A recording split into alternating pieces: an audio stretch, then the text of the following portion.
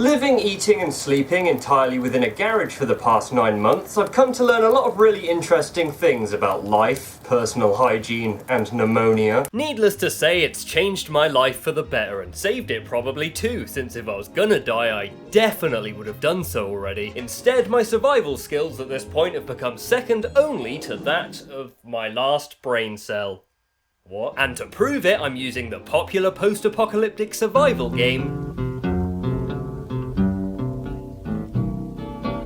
S.T.A.L.K.E.R Call of Pripyat. Watch as I desperately try never to attempt saying that again. To survive within the Chernobyl exclusion zone, site of the most devastating nuclear disaster in human history and the only shithole on Earth to even closely rival my garage.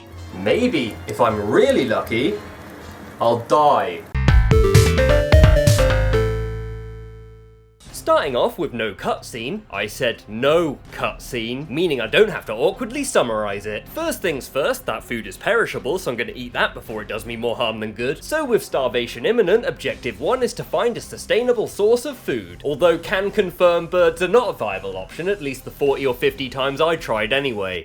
51. So with no food and no ammo, I'd say this is about as good a start as I could have had, plus luck is on my side. In the distance I can see 2 other fuckos I can politely ask for supplies from. Which worked perfectly, by the way. They were more than happy to do so, don't look at that. But rest assured they did not collapse spontaneously on their own in vain, since I now have a scoped gun I can use to hunt for sustainable food like these wild deer. As majestic, sharp and agile as my eyesight. Fuck, this is easy. I'm rolling in enough food, ammo and straight vodka to retire and die comfortably by at least my late 20s. In fact, I don't even need or want to move, since I'm comfy and healthy enough here. Also, I'm sure as fuck not being incentivized to explore what with just every object, just anything anywhere emitting a solid undertale on my Geiger counter. That's not a Geiger counter. Sure, I can walk for miles and there does look like there's interesting shit off into the distance, but the moment I'm close enough to anything interesting, I've already grown more faces than Doug Walker. Now I know what you're thinking. Jay, that isn't funny. Millions of people died in that disaster. Well, actually,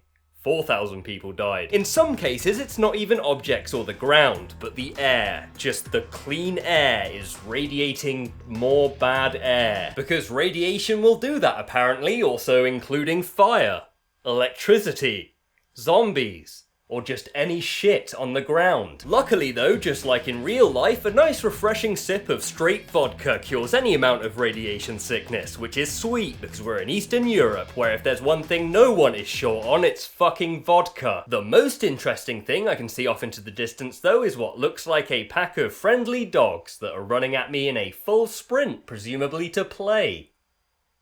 I don't want to talk about it. After accidentally stumbling into what I guess is a place that I am not allowed to accidentally stumble into due to the one guy calling me a retard and then turning to shoot, which is nowhere near as fun or easy when I'm not the one initiating it, I just then in this moment realised why I had so much health and ammo.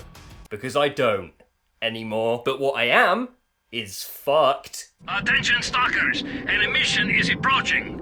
I repeat, an emission is approaching. I don't know what that is, but I'm calling it right now. It will definitely be absolutely fine. Because until whatever unimportant thing that is, I have a more pressing issue, that being my lack of anything and need to make the most drastic decision of my life. Desperate times call for desperate measures. It's my principles or my existence, life or death. I need to get a job. I think this might be what an emission is. Also meaning that I have to find a civilization with people that I can't kill. You know, eventually I am gonna get bored of that, but that's not now. The game's first and main central hub is this rusted, beached, and just generally destroyed cargo ship called Skadovsk Station. Sorry, my Russian is a little bit absolutely fucking perfect. But alright, calm down, Station might be pushing it a bit. Also, try not to confuse it with the identical adjacent ship that's full of enemies. You wouldn't want to make that mistake 3 times in a row. The hub consists of 3 rooms containing mercenaries, a medic, merchant, jobs guy, and a mechanic who fixes and upgrades your guns and armor, and who also accepts vodka as currency. I gave him like 4 bottles. I'm not a doctor, but he's definitely dead. But more importantly than all that, while here I'd come to learn something that would change the game for me completely. I could get paid for killing people.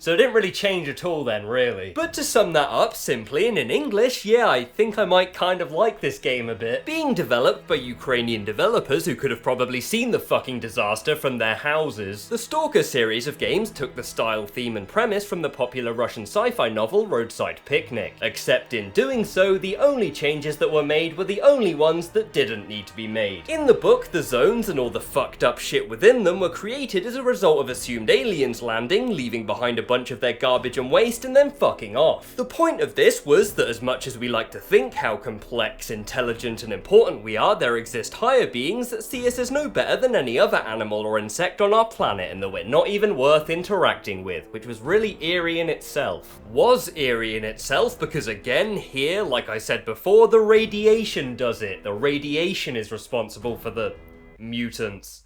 Alright, fair enough, I'll give you that one. The premise is that groups of stalkers enter these zones to retrieve the aliens' trash, because even the aliens' garbage is a form of technology that possesses unimaginable powers, relatively. Technology ranging, for example, a black stick that generates infinite power to a box that kills anything around it instantly. So spin the wheel, that's quite the range you're playing with. Oh yeah, right, except here it's not alien technology, it's radiation technology. The few stalkers that can enter a zone, survive the hellscape and successfully retrieve an artifact can either use it themselves or sell it on a black market for any price just as long as it fits on a fucking check. And that's the game. That's these games, and they're the coolest fucking games of all time. Both in concept and the execution, because on that front it's a fucking ISIS video. The game presses all of its weight on being heavily realistic, to a fault, making it worse, and I love it. With other games, even simulators like Euro Truck Simulator, it still has to be a game and appeal to its player enough that they keep playing. Whereas with S.T.A.L.K.E.R, all you get for buying it is punched. That building is just as well designed as it looks, but you are not coming out of there with more than you went in with. Just like in real life, there's a whole world out there for you to explore and discover, none of which offers anything of any real value and will most likely result in you dying horribly or worse. It feels exactly like the developers didn't want you to go anywhere other than the predefined paths and areas designed specifically for missions, which basically results in the feeling that you're defying something, that you're genuinely on your own if you dare to leave that path. And I would have assumed they didn't want you to explore if it wasn't for every single location in the game being completely unique, brilliantly designed, and insanely accurate depictions of the actual real-life location. It's all something I've never felt before in a game, and it's likely I never will again, because like I said, games normally tend to want you to be playing them. A lot of people would try and say that that's just bad game design, that the games are bad because of it, and that it's not fun. But I would try and say that you're a fucking idiot. The S.T.A.L.K.E.R games are survival games primarily, which especially nowadays would put anyone who's smart enough off of playing them, but I don't think that's fair.